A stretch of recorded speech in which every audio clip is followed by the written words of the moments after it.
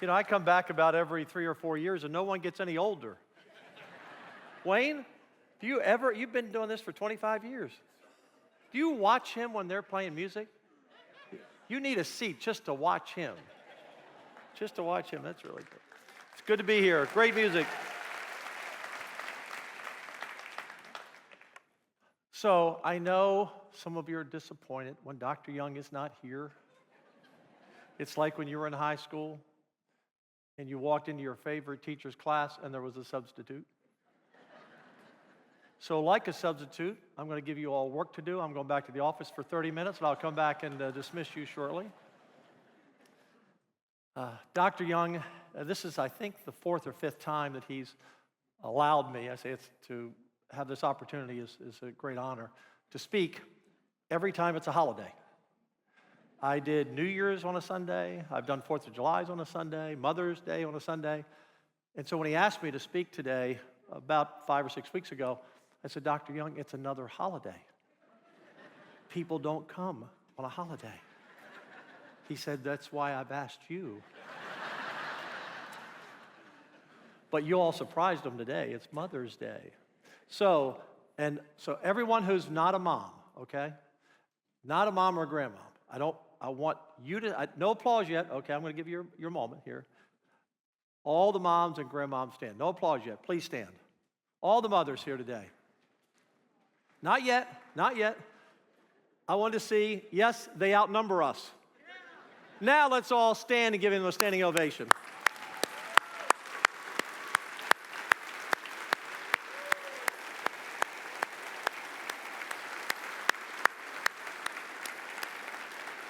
There we go.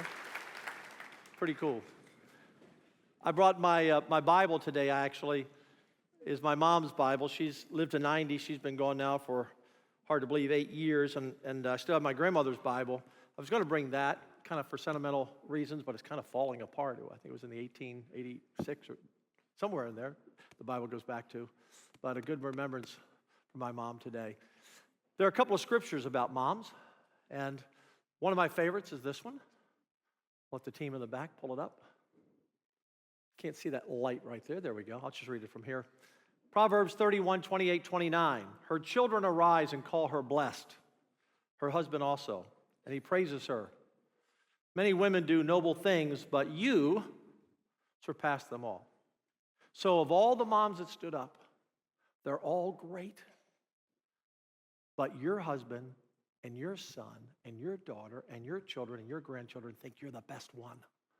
Right? So all of you are the best one. All of you are the best one. Proverbs 31, 25, 27. Think about this as your mom. She is clothed with strength and dignity. She can laugh at the days to come. She speaks with wisdom and faithful instruction. It's on her tongue. She watches over the affairs of the household and does not eat the bread of idleness. Now, what does that mean? That means that moms never stop. Right, moms? You're taking care of your kids. You're taking care of your grandkids sometimes, if they're there. You take care of your husband. You take care of your sister, maybe your brother. You take care of your friends on the street. Moms are incredible. They never stop. And they're always giving us instruction. Guys, I don't know about you. Well, you already answered that question. I don't know, but my wife likes to tell me how to dress. Have you experienced this, gentlemen? You're leaving the house, and she says, "You're not wearing that, are you?" And you say, "Of course not, dear. I just wanted to see if it still fits. What should I wear?" Yeah. This was my 3rd tie today. The first 2 didn't make the cut. There's another verse I love, and it's Isaiah 66:13. As a mother comforts her child, I will comfort you. So I want you to think back a little bit when you were a child, say 10 or less. And maybe you were injured. Maybe you were sick. Maybe something traumatic had happened. Someone at school treated you harshly. Maybe you made a mistake in the big game and cost the team. I remember it like it was yesterday. when my first dog died and I cried for 3 days. Where do we run to? We run to our mother's arms. And they give us this warm hug. You all can remember it. Everyone has a story. It's probably, you did it many times. And she gives you this warm hug, and she tells you it's going to be okay. Don't be afraid. She loves you. She's always going to be there for you and never leave you. And it gives us comfort. And as great as that is, and it is great, it doesn't match the greatness of how much God loves you and how much Jesus loves you. And so, as we get older in life, maybe we don't always run and ask Mom for a hug, except on Mother's Day. But you can always run, no matter your age, no matter where you are, no matter the pain, no matter the issue. You know that you can run to Jesus, and He'll hug you. Deuteronomy 31:6 says, "Be strong and courageous. Do not be afraid or terrified from them, whoever them may be,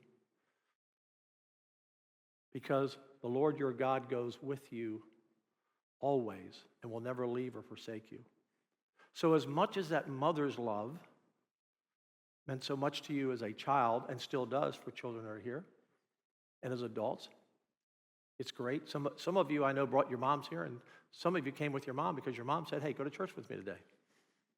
But Jesus is always there. And I just love that verse. I just love that verse. You know, there's a little bit of history to a Mother's Day, for those of you who don't know. There was a lady by the name of Anne Harris, before the Civil War in West Virginia, who started a Mother's Day work club, as if mothers didn't have enough to do. There was another lady named Julia Howard who tried to make Mother's Day a celebration in 1873, but it didn't get anywhere. And then the daughter of Anna Harris, petitioned the President of the United States, Woodrow Wilson, and in 1914, Mother's Day became a day to celebrate on the second Tuesday of May, because that was the day her mother died. Interestingly enough, about Anna, she never married, and she never had any children. She dedicated Mother's Day, so she's the mother of Mother's Day, who convinced the president to make it a holiday, and never had any children. She was never a mother, but she said she did it to honor her mother. So I'm glad that all of your families are here to honor the moms and the grandmoms here today on this day. What's the Bible say about women? A lot of things. First of all, there are 2 books written, named for women, Esther and Ruth. Esther, of course, saved Israel. She went from an orphan to a queen. Amazing things that God can do. And then the book of Ruth about love and devotion and loyalty. Women in the Bible have always been at key moments with Jesus. Think about this. Now, we think about the Bible, most of the characters in the Bible, the kings of the Bible, most of the people of courage who took on great challenges and great fights were men. But at these critical times when Jesus first came, it was Elizabeth who was there with her baby in her womb, who jumped for joy when Mary walked in pregnant with Jesus. So at the very beginning, it was the women who recognized Jesus at that moment, and her son in her stomach jumped for joy. And then, if you look at the stories in the Bible, you have so many stories in the Bible with women. Strong, courageous, needed Jesus' love to help them through a difficult time. There were lessons in every one of those stories. And then, of course, at the crucifixion, there were many women. And who was the first to discover the empty tomb? And who was the first to hear Jesus' voice and recognize it after the resurrection? It was Mary. So women have played such an important part of history, because the Bible is a book of history. When I was a child, someone said to me, maybe I was a teenager, he said, "What's the Bible, Dan?" I said, "It's the Word of God." He said, "What's Bible stand for?" I said, "I don't know." He said, "Basic information before leaving Earth." I've never forgotten that, and now you won't. Because it is a history book. I'm going to come back to that history in a couple of moments. The reason Dr. Young asked me to speak today was about 6 weeks ago, I was down at Second, the Woodway campus, and there was a gathering of pastors from around the country, and I was asked to speak. And I told a little story. I talked about where we are as a church, and Dr. Young called me back into his office afterwards. He said, Dan, would you be free on Mother's Day? I'd like for you to share that message. The message starts with a story, which you all know well. In the southern part of Texas, in the town of San Antone, there's a fortress all in ruin that the weeds have overgrown. You can look in vain for crosses, but you'll never see a one. But sometimes, between the rising and the setting of the sun, you'll hear a lonely bugle as the men go marching by as they answer to the roll call in the sky. Colonel Travis and Davy Crockett, 180 more. Captain Dickinson and Jim Bowie, president accounted for. Indians with squirrel guns and men with muzzle loaders to together, heel and toe to defend the Alamo. You see, back in 1836, Houston said to Travis, get some men and go to defend the Alamo. Travis told them they may never see their loved ones. Those who want to could leave now, but those who are willing to fight to the death, let them stay. So in the sand, he drew a line with his army saber, and out of 185, not one soldier crossed the line. With his banners dancing in the dawn's golden light, Santa Anna and 5,000 troops came prancing. He was on a horse as black as the night. He sent a messenger to tell Travis to surrender, but Travis answered with a shell and a rousing rebel yell, and Santa Anna turned scarlet. Play Guelo, he roared, I will show them no quarter. Everyone will be put to the sword.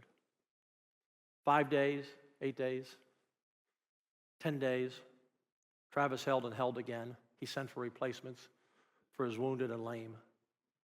But the troops that were coming with Fannin never came. So twice he charged and blew recall, but on the fatal third time, Santa Anna finally breached the wall. And he kept his promise and killed them all.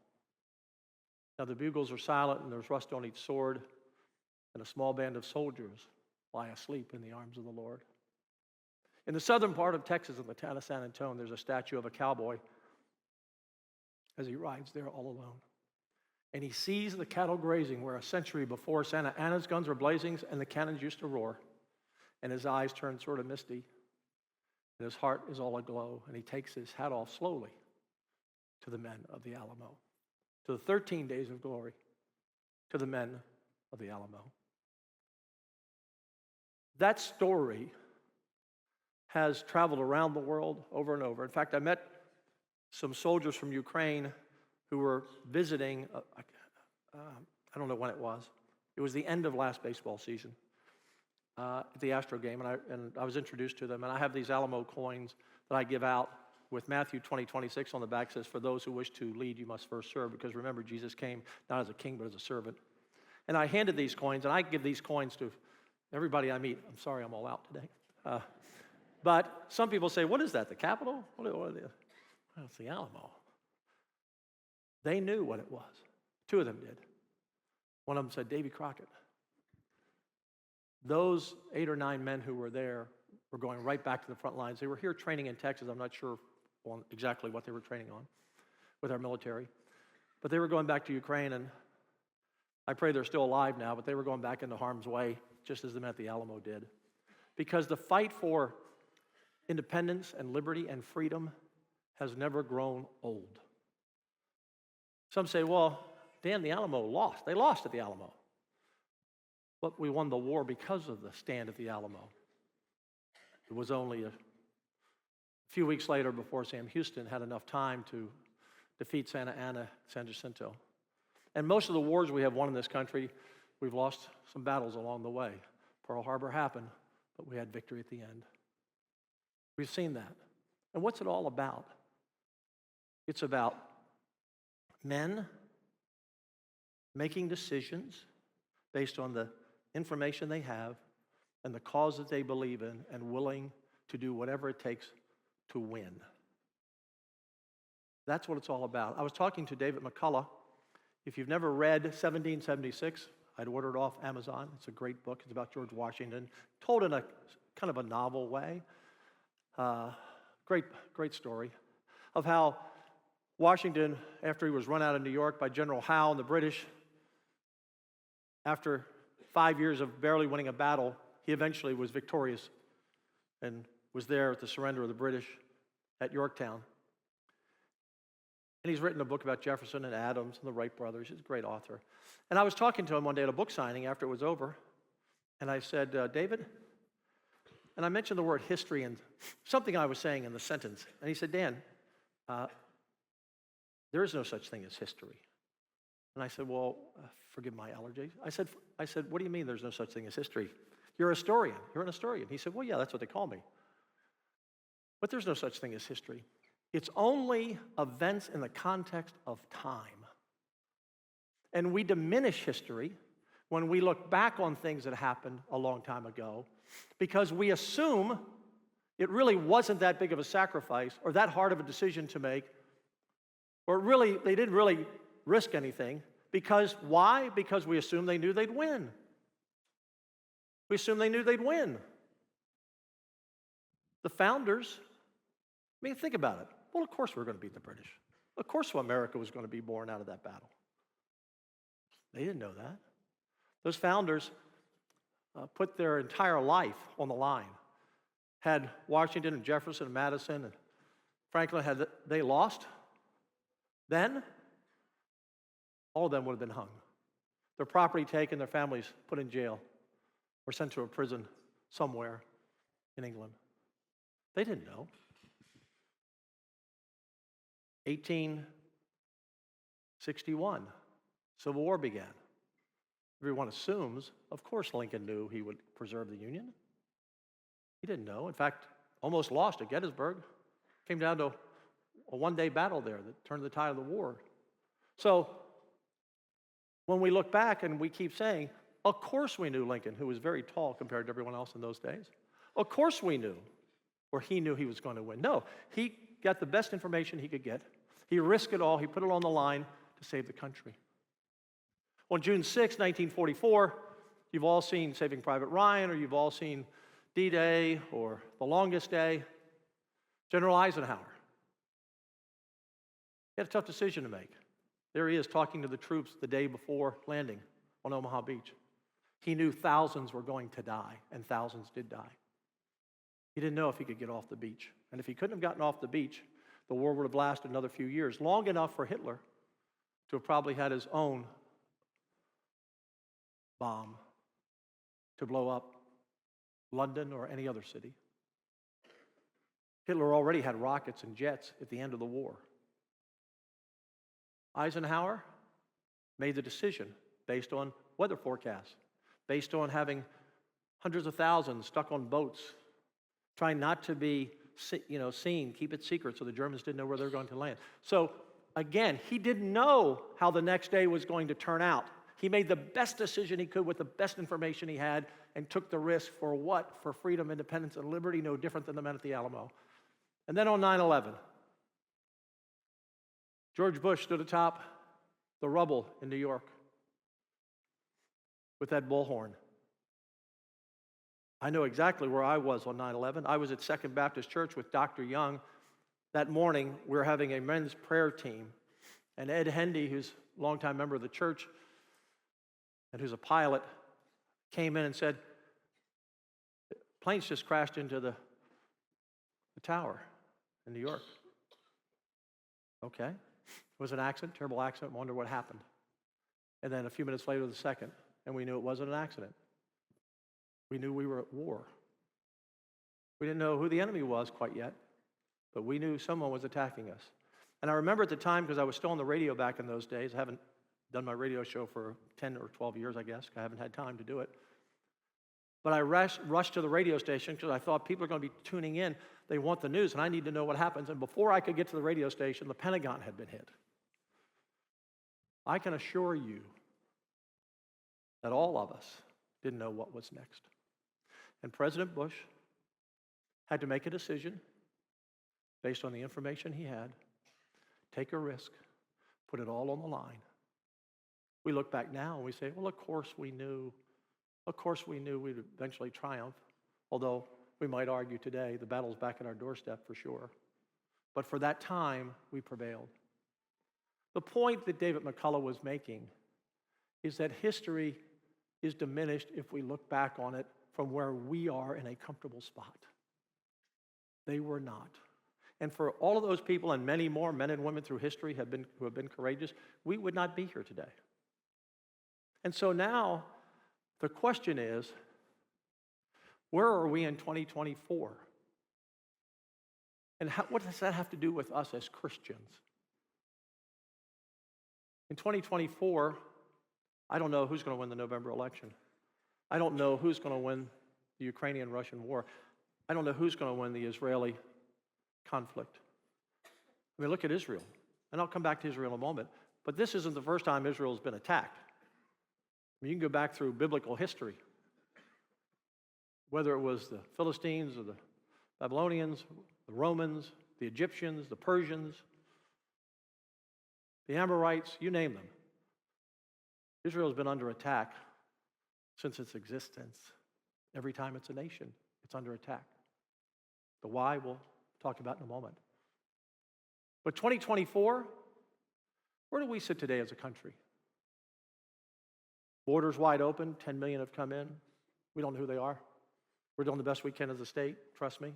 Spending a lot of your tax dollars to do it, $4 billion or $2 billion every year. $2 billion. Doing the best we can. We know terrorists are crossing the border. I can just tell you this fact. In 2019, 342 Chinese men between the ages of 19 and 40 crossed our border illegally that we apprehended. Last year, 22,000. This year, 24,000 already. What are 24,000 people doing here from China at military age? So, danger. We know that wokeness has taken over the culture. I mean, I had to pass a bill to stop boys from playing girls' sports, really? I had to pass a bill to keep men out of ladies' rooms, really? We had to do that?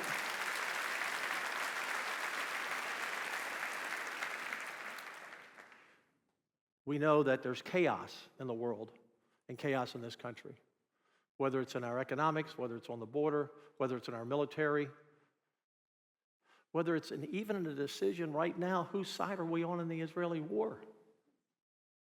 I must tell you, I am shocked as an American, as a Texan, at the anti-Semitism I see everywhere on these college campuses.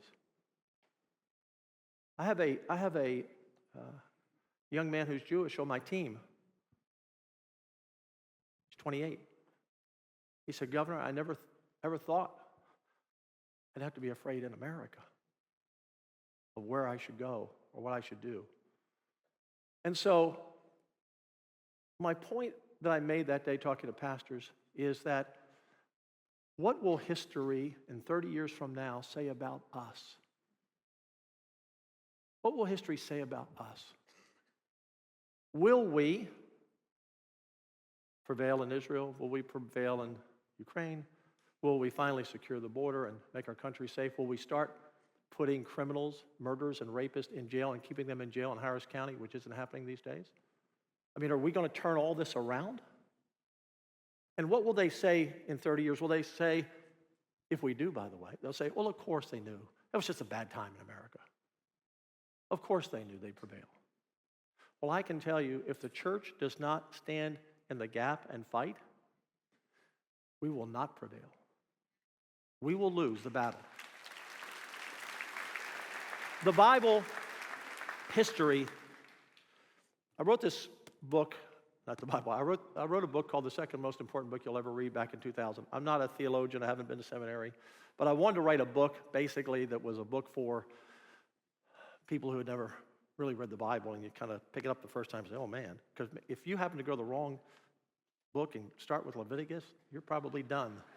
It's like, I'll come back, next month, thank you very much. And when I was a young Christian, or maybe not a Christian, I don't remember, but there was a time, I had questions, I had doubts, trying to figure my way through my faith. And I remember the thing that jumped out at me was Jerusalem. The Bible has 66 books, one author, God, but many people who pen different books.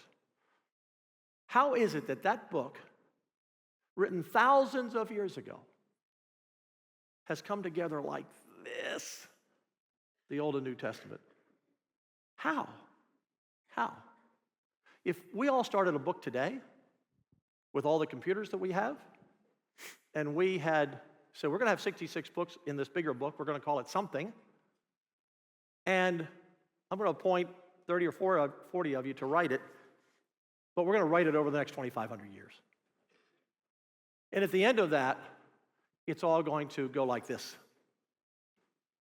where no one can ever disprove one thing in it. I would say impossible. Egos would get in the way. Different versions of different stories, different beliefs, different bias.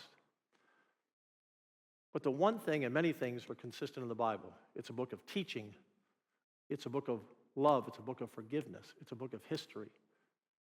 But if you think about just one thing, Jerusalem. Jerusalem. It's the one city, the one place that they've been writing for thousands of years would always be under attack. I named the many groups who have attacked Israel over the years. Every time they became a nation, they were attacked. Why? Because Satan does not want God to prevail, because in the Bible, God says he has a special plan for Israel. Special plan for Israel. Didn't name any other city. And remember, since that time, do you know how many countries have disappeared? How many lines have been redrawn? How many cities you've never heard of? You know, they were powerhouses. They don't even exist anymore. But Jerusalem, well, I've been to Jerusalem. It's a tiny town. It's a tiny place on the map of the world. So how is it? If they had picked any other city, you might be able to say, this book is not true. This book is true. Every word of it. And we know that God says those who bless Israel will be blessed. And here we now have a country that's not so sure they want to bless Israel, or at least some people in it. So what we have to understand and what is working in this country right now is the Marxist socialist left are ungodly people, and they don't want God in this country. And if we as a church don't wake up and really realize the fight we're in, then 40 years from now they're going to say, they lost that one because the church stayed quiet. Because the church stayed quiet. And I'm not talking about R's and D's. I'm talking about we stayed quiet on the basic principles of life that everyone agrees. One of the pastors that was at the group that I spoke to talked about how they put together this God ticket in North Carolina. It was a nonpartisan election. But here's what was on the God ticket. Do you believe we should have prayer in public schools and 10 Commandments?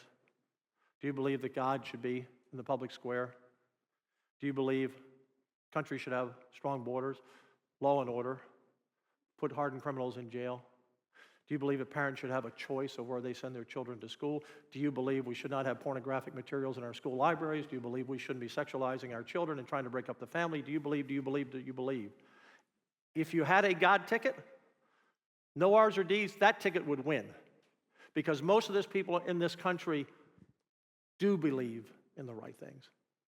But we're being muscled out by a loud minority that's on the march. On the march, and they've been this way for 40 or 50 years. The first thing you do if you're a Marxist socialist, you take over the education system, and we have a lot of great public schools, but we got a lot of problem schools across this country.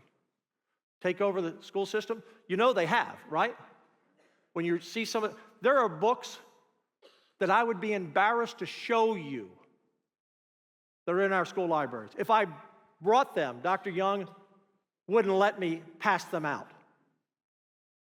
They're so awful, but are available to children. So take over the education system. The next thing, take over the media. Take over the media to tell a one-sided story. They've done that. They didn't quite get the courts yet, but they're close. Get the Supreme Court, and then they can outlaw anything. It wouldn't matter what law any red state or Texas passed. A liberal Supreme Court, if it were 6-3 today instead of 6-3 conservative, they would just override all of our laws. We'd say boys can't play girls' sports. They would say, no, that law is unconstitutional. Whatever it is, they'll take away all of our rights. They've been on this march a long time, and now they're not even concerned that you know what they're up to. Not even concerned. So my whole goal in life is to make sure that my children and grandchildren inherit the world that we were given. That we were given. And so 52% of the people in America in the latest polls say they go to church every week. Only 50% are registered to vote. And only 50% of the registered vote. So if only 1 out of 4 Christians vote, we lose. If we're afraid to stand up as a church, we lose. And you won't recognize, or our children and our grandchildren won't recognize this country for their life. So when Dr. Young asked me to speak today, he said, Dan, share that story. Because the church has to be awake and we have to be alive, as it has been all through our country's history. And I'll be darned if I'm going to, on my watch, not as a lieutenant governor, as a father, as a grandfather, on my watch, I'm not going to let the left take this country and take all the freedoms and rights away from my children and turn this country into an ungodly country.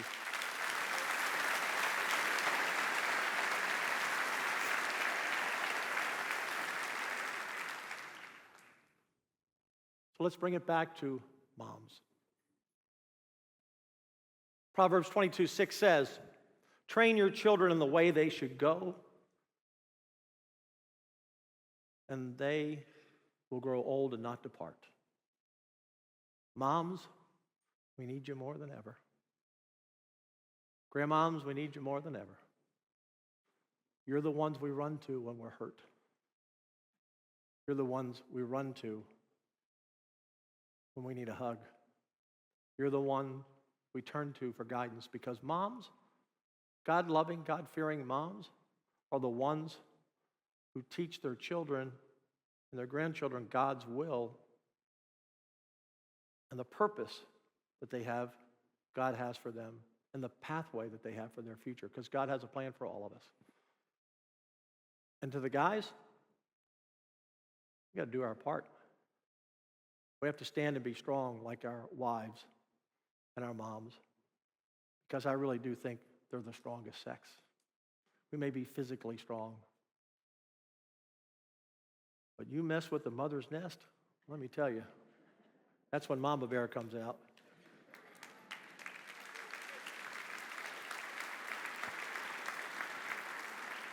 Ecclesiastes 1:9 says, and I'm paraphrasing it,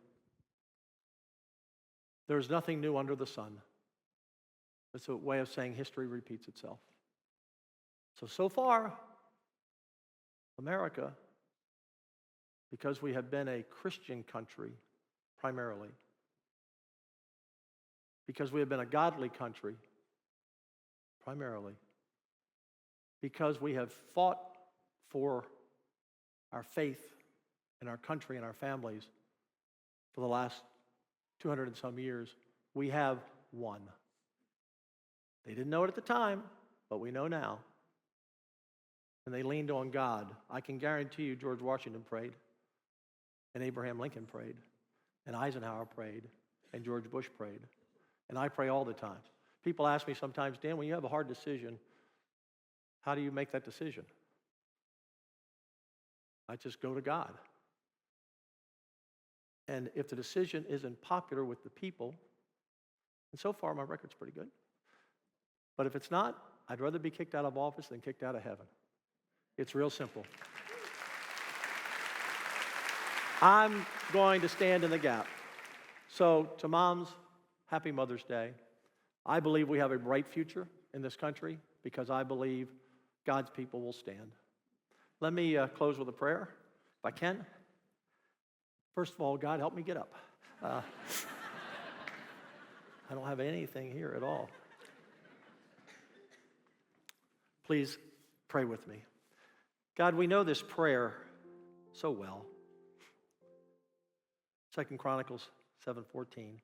If my people, who are called by my name, will humble themselves and kneel and pray, and ask forgiveness for their wicked ways, and to heal their land, I will hear them from heaven. I will Forgive them for their sins, and I will heal their land.